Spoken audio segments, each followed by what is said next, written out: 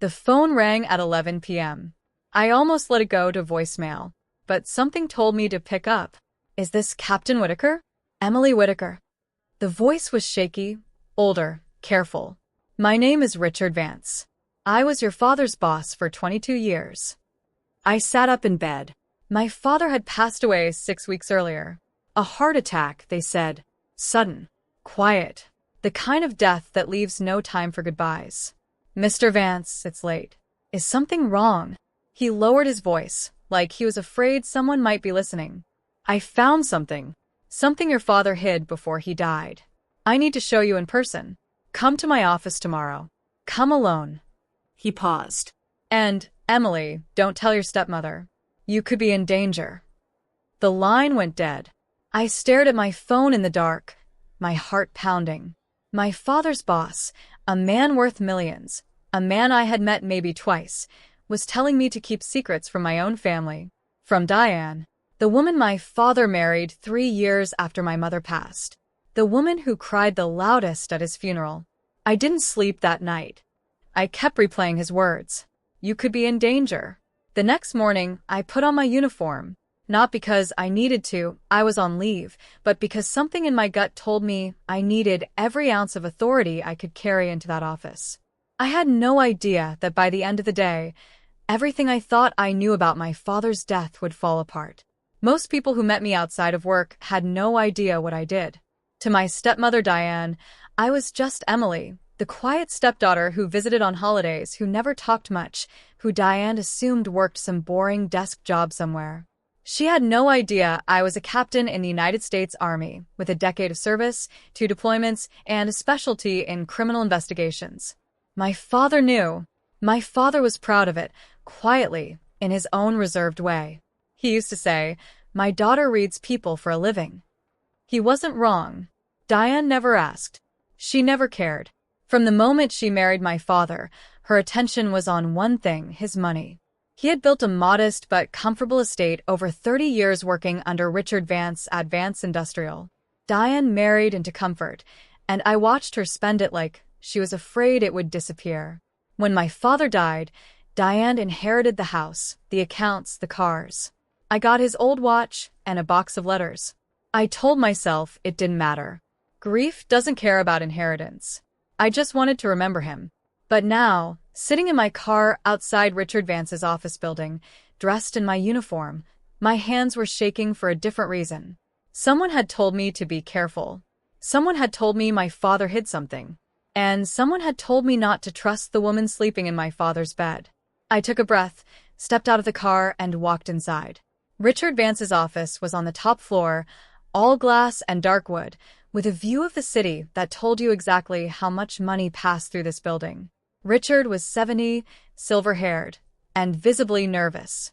He shook my hand and immediately locked the door behind me. "Thank you for coming," he said. "I wasn't sure you would.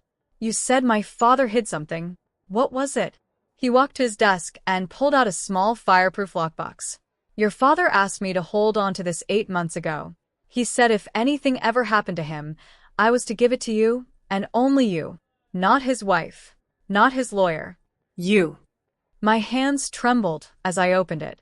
Inside were documents, bank statements, a flash drive, and a handwritten letter in my father's handwriting. "Emily, if you're reading this, something happened to me, and I need you to know the truth. I've been documenting things for months. Diane isn't who she says she is. Please, be careful. Trust no one until you understand everything." My stomach dropped. I looked up at Richard. "What is this?" Richard's face went pale. "Your father came to me months ago. He believed someone was slowly draining his accounts. Small transfers. Fake invoices. He thought Diane was moving money into an account he didn't recognize, preparing for something. He asked me to help him trace it quietly, without alerting her. 2 weeks after he showed me the first transfer, he was dead." The room went silent. My father hadn't just died of a heart attack. He had died with a secret he was too afraid to tell anyone but me. I spent the next 3 days going through everything on that flash drive. Bank records, emails, a trail Diane thought no one would ever find. Diane had been transferring money slowly, carefully, into an account under a name I didn't recognize, Marcus Reyes.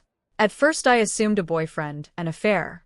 But when I dug deeper using contacts from my old investigative unit, I found something far worse. Marcus Reyes wasn't a boyfriend. He was Diane's brother, and he had a record. Financial fraud. Elder exploitation. 2 previous cases where he'd been investigated for manipulating older, wealthy men into marriage-like arrangements, only to drain their assets before disappearing. Diane hadn't married my father for love. She had married him as part of a plan. And when my father started asking questions, started noticing the transfers, started pulling records, he became a problem. The medical examiner's report on my father's death sat in my email inbox, reopened, waiting to be reviewed one more time. I remembered small details from the funeral, how Diane never cried until other people were watching, how she pushed to have him cremated within days, faster than felt right, how she avoided eye contact with me at the reading of the will. I felt sick. My father had spent his final months terrified, trying to protect what little he had left, and protect me, while pretending everything was fine at the dinner table. He didn't get the chance to expose her, but I did. I didn't confront Diane right away.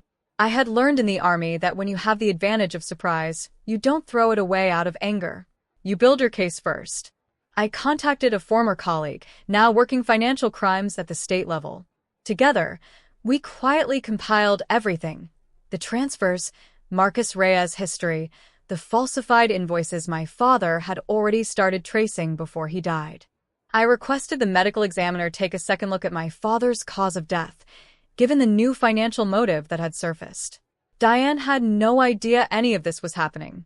She continued living in my father's house, spending his money, planning, I later learned, to sell the property within the month and move, likely to meet up with her brother once the funds cleared. 3 weeks after that late-night phone call from Richard Vance, everything was ready.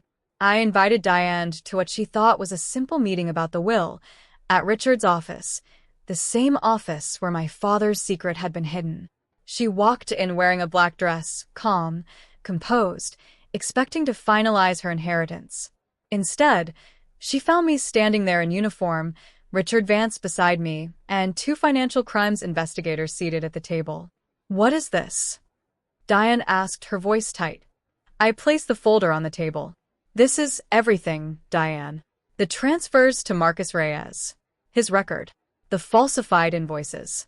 My father found it before he died, and now so have we." Her face drained of color. "I don't know what you're talking about." "You don't have to talk," I said calmly.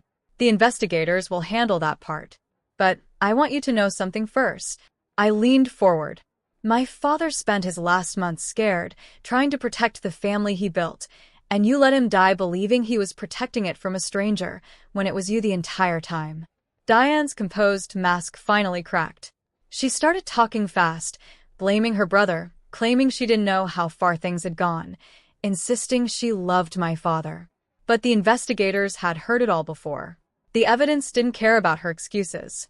She was arrested that afternoon on fraud charges, with the medical examiner's renewed investigation opening a separate case regarding my father's death. Marcus Reyes was located 2 states away within the week, arrested on outstanding warrants tied to his previous scheme. For the first time since my father died, I finally understood what actually happened to him, and why.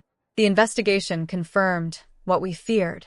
My father's declining health had been made worse by the stress Diane's scheme placed on him, the sleepless nights, the fear, the isolation of hiding a threat from his own family. While his death was ultimately ruled natural causes brought on by cardiac strain, the court recognized the financial exploitation and psychological pressure Diane had knowingly inflicted on him in his final months. Diane was convicted on multiple counts of financial fraud and elder exploitation. She lost everything she had tried to steal, and more. The house, the accounts, all of it returned to my father's actual estate. To me, the daughter he had trusted enough to protect, even from beyond the grave. Richard Vance and I stayed in touch. He told me once, "Your father was the most honest man I ever worked with. He deserved better than what happened to him." I visited my father's grave the week the case closed. I brought his watch with me, the one item Diane had managed to take. I sat there for a long time, telling him everything, that I found the truth, that she was exposed, that he hadn't failed to protect us after all. He had simply run out of time. Looking back, I think about how easily Diane could have gotten away with it if my father hadn't trusted his instincts, and if I hadn't been the kind of person who knew how to dig for the truth.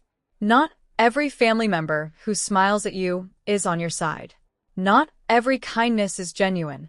Sometimes the people closest to us are the ones we need to watch the most closely, and sometimes the greatest gift our loved ones leave us isn't money or property. It's the truth, hidden carefully, waiting for the right person to find it. My father protected me one last time, even after he was gone, and I made sure his final act of love wasn't wasted. If someone in your life ever tells you to be careful of someone you trust, listen. Sometimes the people warning you are the only ones brave enough to tell you what everyone else is too afraid to say.